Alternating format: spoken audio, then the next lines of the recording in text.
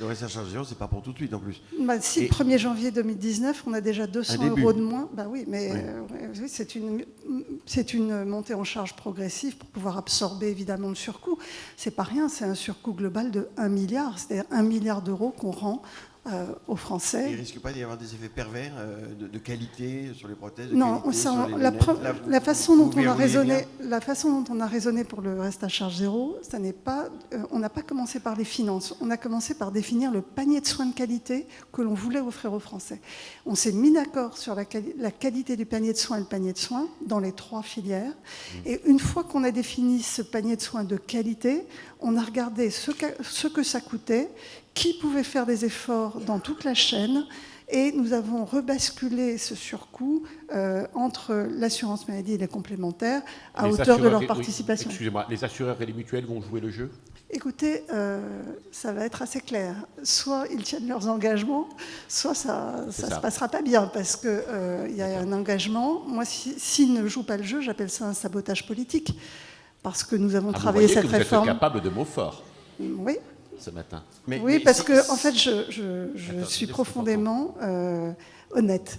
Donc, on s'est mis autour de la table. On a travaillé 6 mois d'arrache-pied pour trouver un consensus autour de cette réforme. Si certains en profitent maintenant pour augmenter les prix alors qu'ils se sont engagés à ne pas les augmenter, parce que nous savons que c'est totalement absorbable par les mutuelles aujourd'hui.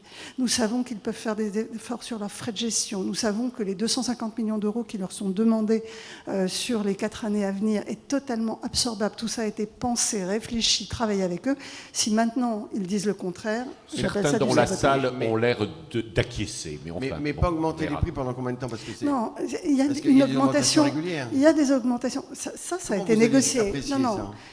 Il est normal d'augmenter les prix de 1% ou 2% selon les années, parce que le coût de la santé augmente. C'est l'ONDAM. L'ONDAM est à 2,5%. Il traduit l'augmentation du coût de la santé, le fait que notre population grandit, vieillit, etc., que les médicaments sont plus chers, que la prise en charge. Bref. Donc, le coût de la santé augmente de 2,5% par an. C'est le taux de l'ONDAM. Donc, il est normal que les mutuelles augmentent en partie et répercutent de la même façon que le budget de la Sécu augmente. Le budget des mutuelles doit augmenter pour couvrir, puisqu'il couvre à 25% ou 24%. À partir de quel taux vous considérez que c'est un sabotage ?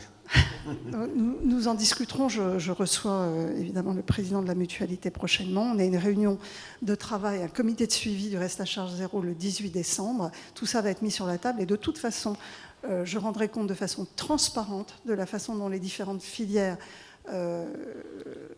augmentent ou pas leur prix, parce qu'à un moment, il faut aussi faire preuve de... Oui, l'industrie du médicament aussi, vous les avertissez C'est contrôlé. Tout cela est travaillé en amont, bien sûr.